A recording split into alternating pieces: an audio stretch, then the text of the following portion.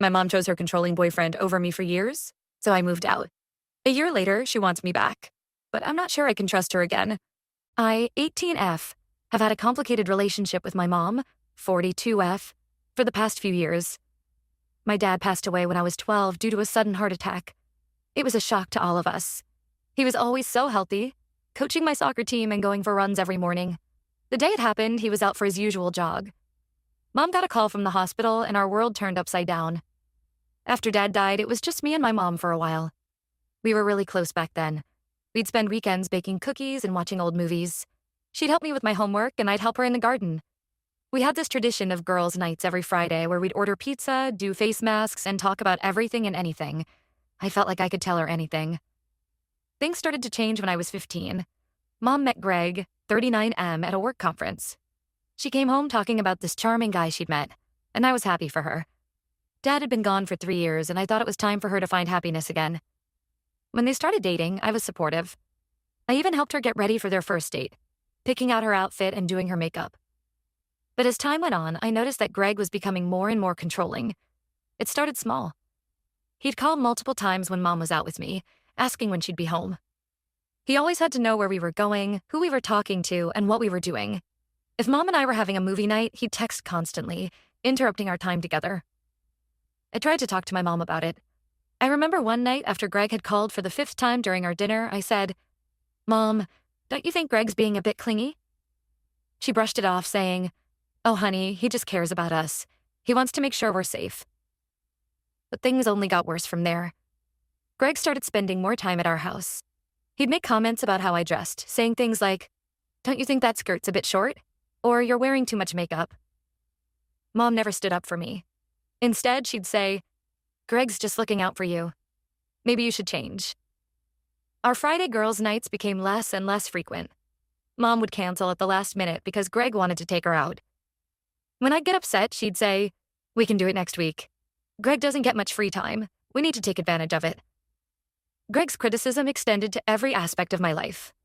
If I got an A instead of an A, he'd say, "I thought you were smarter than that." When I joined the debate team, he scoffed and said, "What's the point of that? It's not like you'll ever be a lawyer." My mom never contradicted him. She'd just give me a look that said, "Don't argue." I started spending more time in my room, avoiding Greg whenever he was over. I threw myself into my studies and extracurricular activities, anything to keep me out of the house. My grades improved, but I was miserable. The breaking point came on my 17th birthday. I had been planning a small party with my friends for weeks. Nothing big, just a sleepover with my 5 closest friends.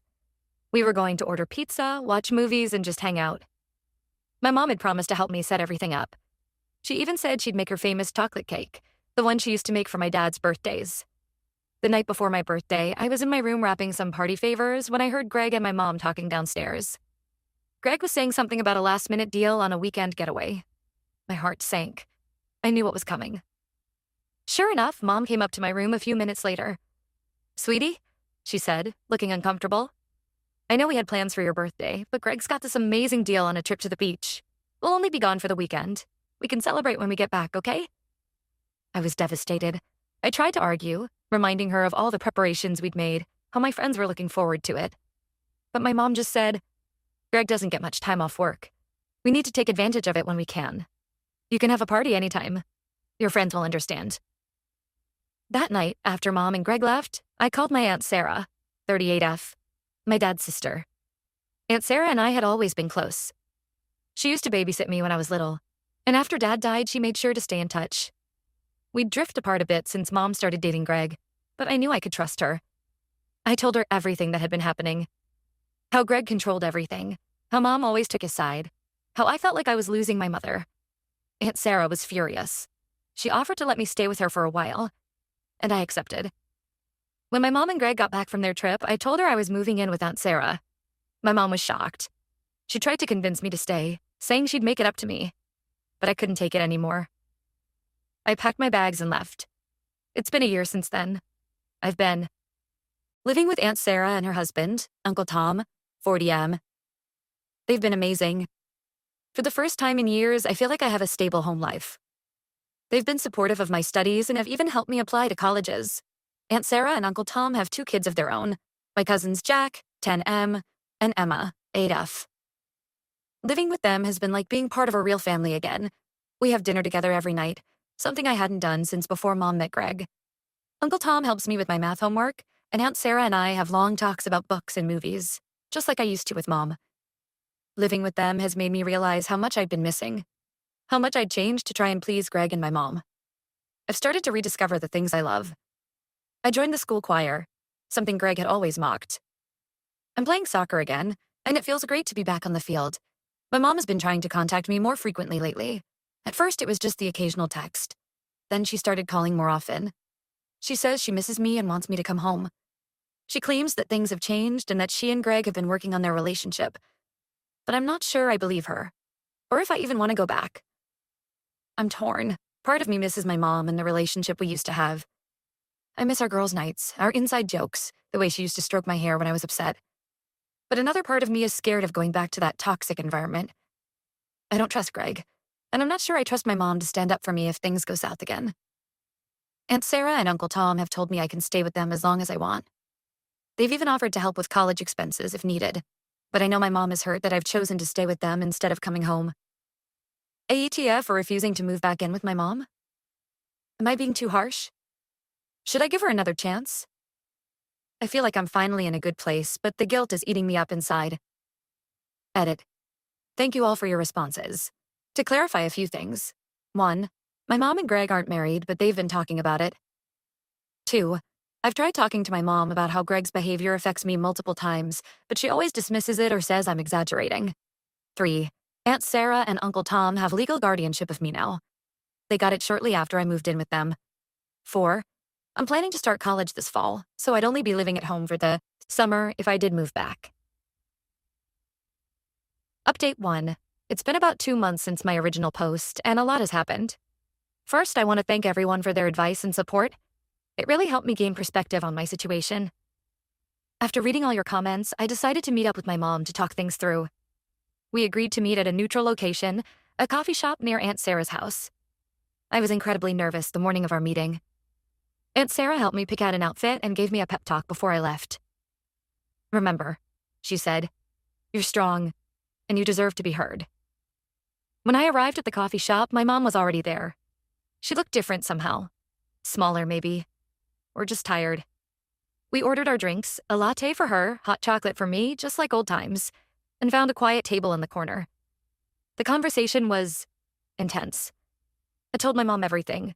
How hurt I was when she consistently chose Greg over me, how his criticisms affected my self-esteem, and how I felt like I'd lost my mom. I told her about the birthday party, how devastated I was when she canceled it for Greg's trip.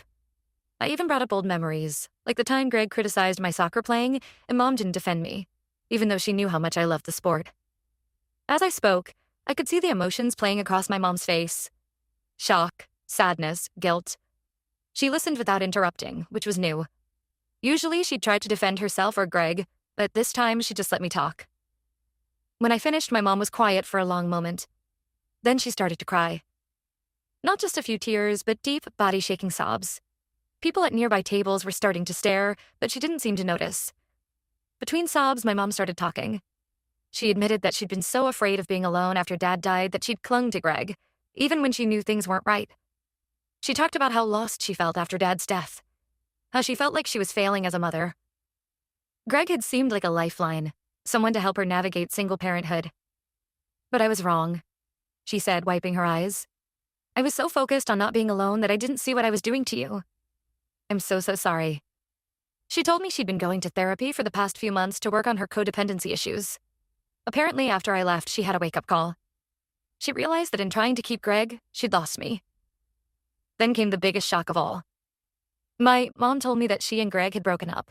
It hadn't happened right away after I left. They'd tried couples counseling first, but Greg wasn't willing to change. He didn't see anything wrong with his behavior. The final straw came when he suggested that Mom cut off contact with me entirely if I wouldn't fall in line. That's when I knew, Mom said. I'd already lost you because of him. I wasn't willing to lose myself too. I was stunned. Part of me was relieved, but another part was angry. Why did it take me leaving for her to see what was happening? Why couldn't she have chosen me sooner? We talked for hours. My mom apologized over and over. promising things would be different if I came home. She said she'd respect my boundaries and that she wanted to rebuild our relationship. She talked about restarting our Friday girls' nights, about coming to my soccer games again. I told her I needed time to think about it. I explained that while I appreciated her apology, trust takes time to rebuild. I also made it clear that I'm happy living with Aunt Sarah and Uncle Tom, and that any reconciliation would be on my terms.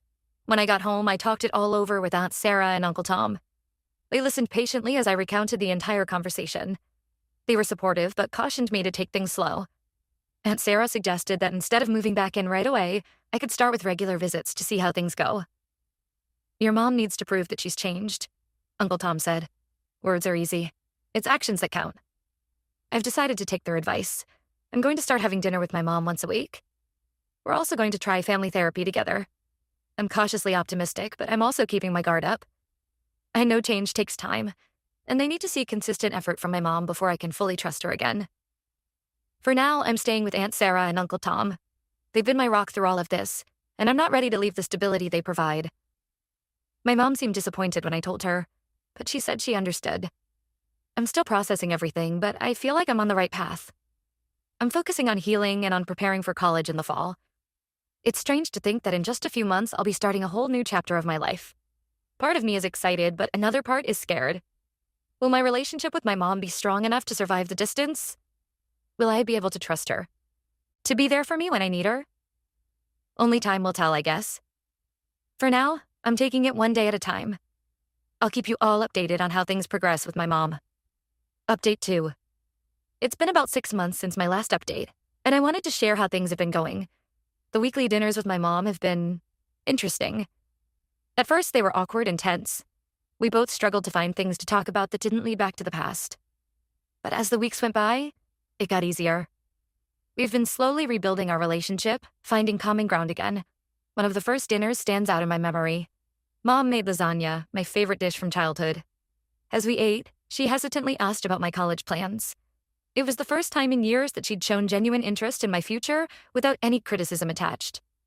We ended up talking for hours about my chosen major and the clubs I was interested in joining. The family therapy sessions have been challenging but helpful. Our therapist, Dr. Johnson, has been great at mediating our conversations and helping us understand each other's perspectives. It's been eye-opening to hear my mom talk about her fears and insecurities. I'm starting to understand why she made some of the choices she did, even if I don't agree with them.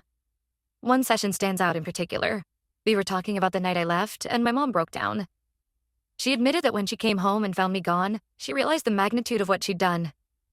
She said she spent nights crying, looking at old photos of us, wondering how she'd let things get so bad.